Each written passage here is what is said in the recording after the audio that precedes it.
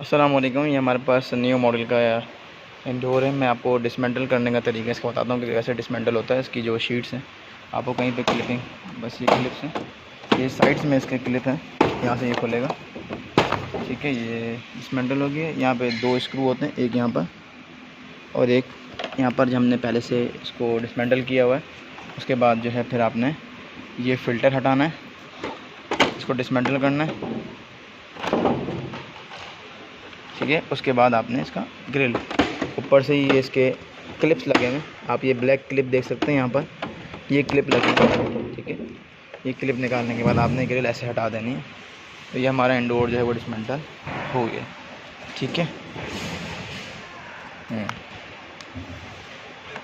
ठीक है, ये डिसमेंटल हो गया और बहुत आसान है। आप अगर जो इसमें तरीका हमने बताया है, ये बहुत आसान है।